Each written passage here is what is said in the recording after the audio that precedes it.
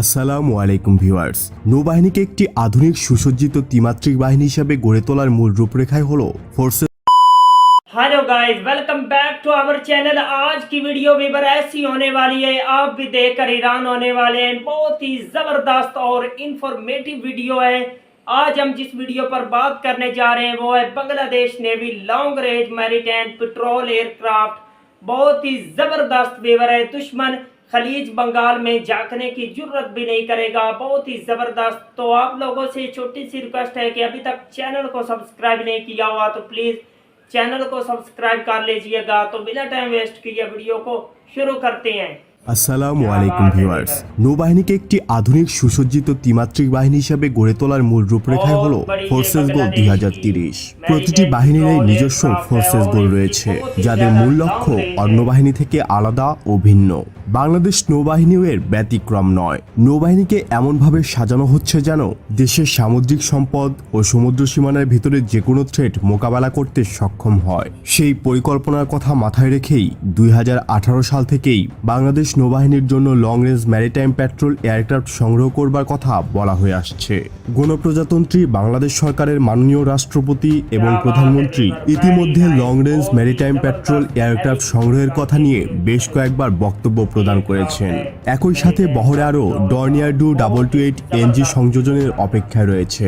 এদিকে মাননীয় রাষ্ট্রপতি দুটি অ্যান্টি সাবমেরিন হেলিকপ্টার সংযোজনের কথাও উল্লেখ করেছেন।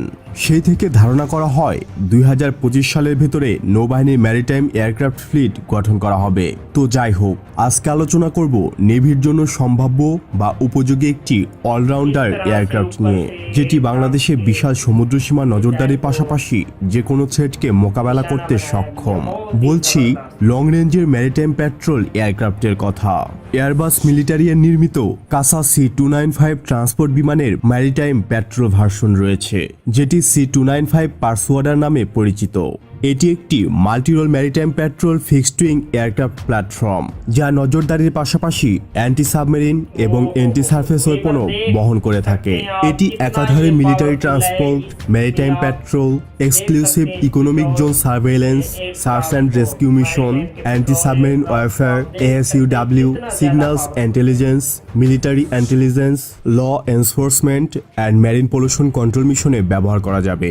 আধুনিক অ্যাভিওনিক সিস্টেমে সজ্জিত এই বিমানটিতে আছে সার্চ রাডার, ইলেকট্রো-অপটিক অথবা infrared sensors, electronic support measures, electronic intelligence system, magnetic anomaly detector, IFF ইন্টারোগেটর, স্যাটকম এবং ডেটা লিঙ্ক।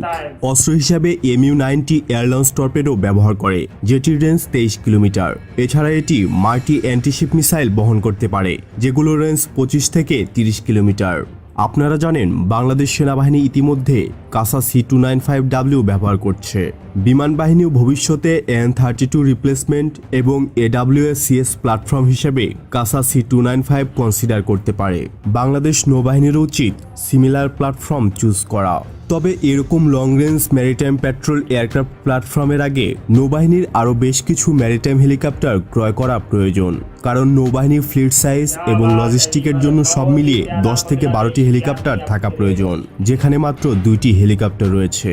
তো বাংলাদেশ নৌবাহিনীর long range maritime petrol aircraft হিসাবে কাসা C295 পার্সুয়েডার কেমন হবে সেটা জানিয়ে দেবেন নিচের কমেন্ট বক্সে। আজ এই পর্যন্তই। নতুন কোনো ভিডিও নিয়ে খুব দ্রুতই হাজির হব ইনশাআল্লাহ। সে পর্যন্ত ভালো থাকুন, সুস্থ থাকুন, ইনফরমেটিভ বাংলার সাথে থাকুন। দেখা হবে আবারও। আল্লাহ হাফিজ। Thanks for watching. क्या बात है, जबरदस्त वीवर। किस तरह से ये बांग्लादेश का जो long range maritime petrol aircraft है, किस तरह से अपने वतन की हिफाजत कर रहा था। ये बहुत ही ज़्यादा पावरफुल है।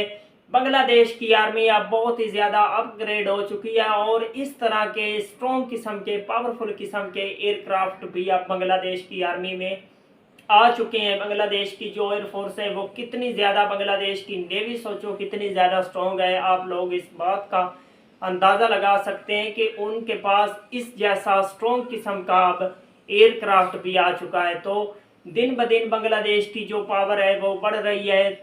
हमारी दुआ है कि बांग्लादेश की आर्मी इस तरह से ही तरक्की करती रहे और बांग्लादेश की आर्मी बहुत जल्द टॉप 10 में शामिल हो जाए। तो अगर आप लोगों को बांग्लादेश की आर्मी के रिलेटेड मज़ीद इंटरेस्टिंग और इन्फॉर्मेटिव वीडियो देखनी है तो प्लीज़ जल्दी से चैनल को सब्सक्राइब कर लीजिएगा। मिलते हैं आपसे नेक्स्ट वीडियो में इंशाल्लाह, तब तक के लिए अल्लाह हाफिज़।